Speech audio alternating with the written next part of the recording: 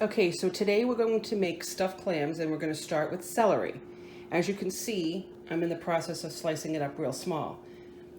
So we're going to give that a minute and you're going to see how I chop it up. Please excuse the crunching. Sometimes I like to snack while I'm making food. You're going to take a peeler and you're going to take all the little, the little stringy things. I think they call them veins. I'm going to take all those off, and then you're going to proceed to chop really, really, really tiny pieces like this. Next step is to basically cut up the celery into, really thin pieces like this.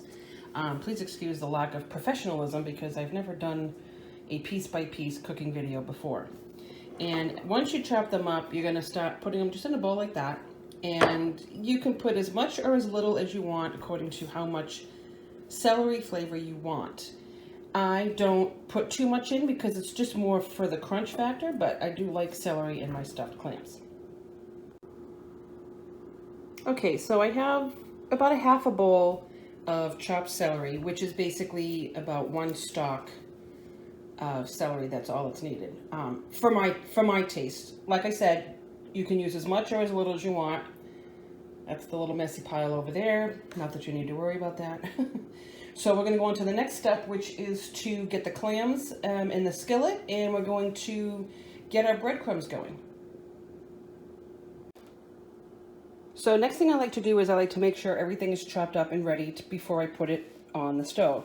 Now, what I've decided to do today is use, it's called butter bread, just from a regular loaf you get at the market. I don't typically like to use regular breadcrumbs. I've tried it. You can totally use them if you like, but not my favorite. I usually just toast up some bread and, break it up and throw it in as a stuffing. I also use very little bread because I want my stuffed clams to primarily have those in it. So I usually use anywhere from 4 to 5 cans of clams. So let's get going. So the first set of 4 pieces of bread I started to toast, I ended up overcooking, so that over toasted bread is going to the birds, literally. So let's go on to the next step and get everything into the skillet. Okay, so I have the 5 cans of clams in the skillet. My breadcrumbs, basically it's just toasted bread that I broke up by hand. You want to save the clam juice because that's going to be a lot of the moisture that you use for when you start putting everything together. So that being said, if you know what this is, most Italians have these in their homes. In fact, I'm sure most people do. You got to have the wooden spoon. That's all I have to say.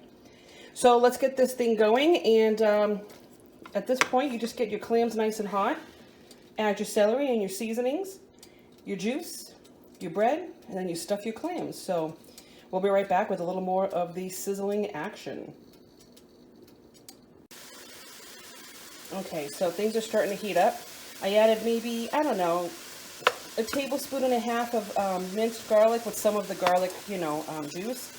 Threw some butter in there. That's probably 2 heaping, whatever they call those, the little tablet. But anyway, that's butter. So I'm just going to get things really hot now. So I got the garlic in there, and you're going to just sprinkle in some onion powder, which is coming up right now. I didn't take my cover off, so hold on a second. And I'm unfortunately one of those people that doesn't typically measure because I'm just one of those types of cooks, but, put about that much onion. I don't know, maybe that's probably about a tablespoon or 2. So let's just get this going. Now, you also want to add your paprika, because that adds some color, and I like to add a little parsley as well. Where is my parsley? Good Lord, where is my parsley? All right, we'll be right back until I found my parsley. Found the parsley. So basically you just do like a little sprinkle. Am I getting any in there, Amy? Hold on. All right, hold on. Let's try it this way. Now, if you're going to use the big gaping hole, please be careful because it does come off out. There we go. All right, that's good. Just give it a quick stir. So now we have it on the high heat. We could probably turn this a little lower now. Everything is simmering quite nicely. Turn this a little less than high. Right about there for now. All right, we'll be right back with a little more of the progress. Now, I'm not going to lie. I always put a pinch of Parmesan cheese. I'm Italian. It's going to happen. Now you can add your celery. And I have one hand here. Let's see if I can do this. I can't. We'll be right back. All right, celery is added. Okay. So now I am going to add the paprika. Whoops, my finger just got in the way. Just a little bit. Kind of adds the nice color. Now this is a lot of clams.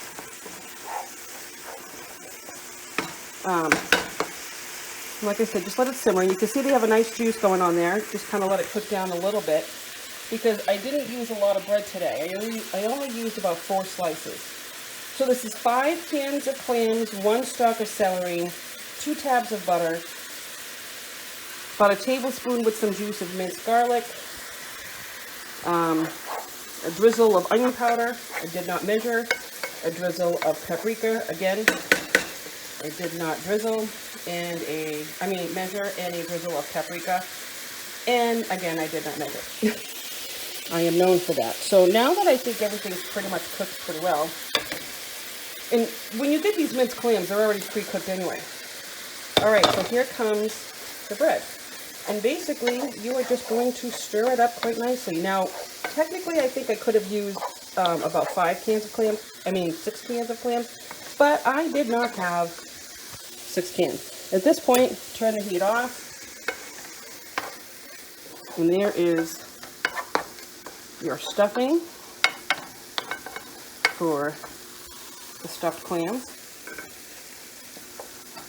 And I just let it simmer a little bit. And what I like to do is I like to make sure that the stuffing isn't dry because, well, you don't want it dry. You want it moist. Yes, I use the word moist because it's exactly what it needs to be. Now, I barely used any of the clam juice. I used maybe 1 scoop in here because you really didn't need it. So, that's pretty much it for now. I'm just going to let this simmer a little bit. I might add a little more paprika. And that's about it, and we'll be right back with the whole stuffing process, which is pretty much the easiest part of this whole thing. So don't go anywhere. Okay, so we're ready to stuff the shells. So we have our stuffing right here, and we have some shells, and I have shells. I think I said shelves. So over the years, you know, sometimes I would buy them at the market and whatnot, and you know, I wasn't always impressed with them, but I did anything about it. And every time I would have them for dinner, I would say, you know, I could just make these myself. So eventually I started doing that. And we always saved the shells because of that one reason. So a couple of years ago, I started making stuffed shells for myself. And so you have, you know, these are really pretty ones here. They're not too deep, but they still work. These shells actually were the ones from the last batch of frozen stuffed clams that I purchased. And they were not good. They were not good, but I liked the shells. They're big, they have some depth, and that's pretty much it. So all you do is you just scoop out, see if I could do this with one hand. You scoop out your stuffing. It's about a tablespoon, and you put it in the shell and flatten it out. And I fill these right to the top. Like I make them nice and heaping. So however you want to do it is up to you. So like I said, I'm going to use the deep ones first. See how these work out. Because I thought I was going to be making a little more stuffing than I did. So I'm trying to be very careful.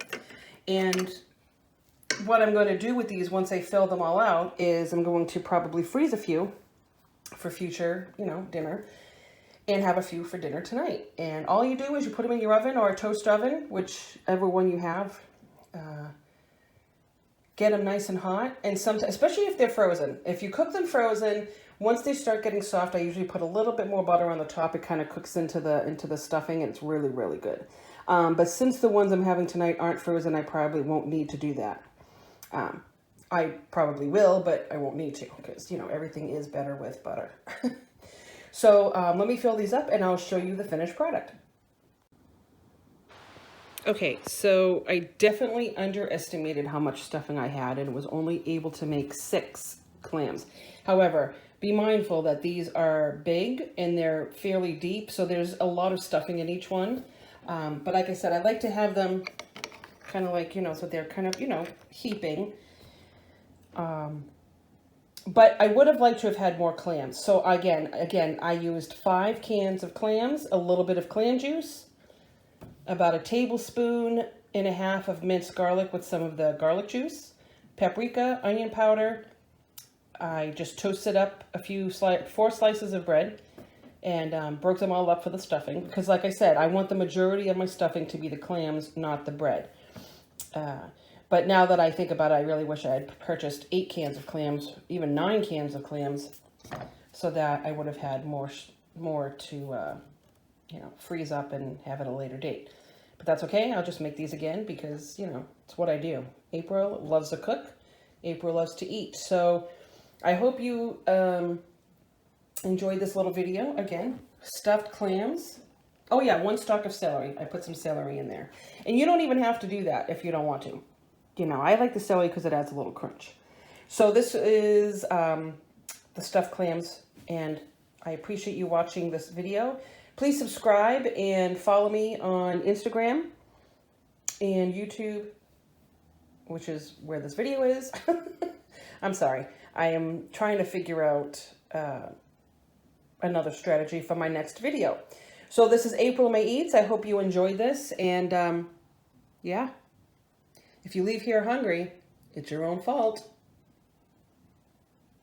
And here is the finished product. Not gonna lie, they look yummy. And here we go. Time to eat dinner.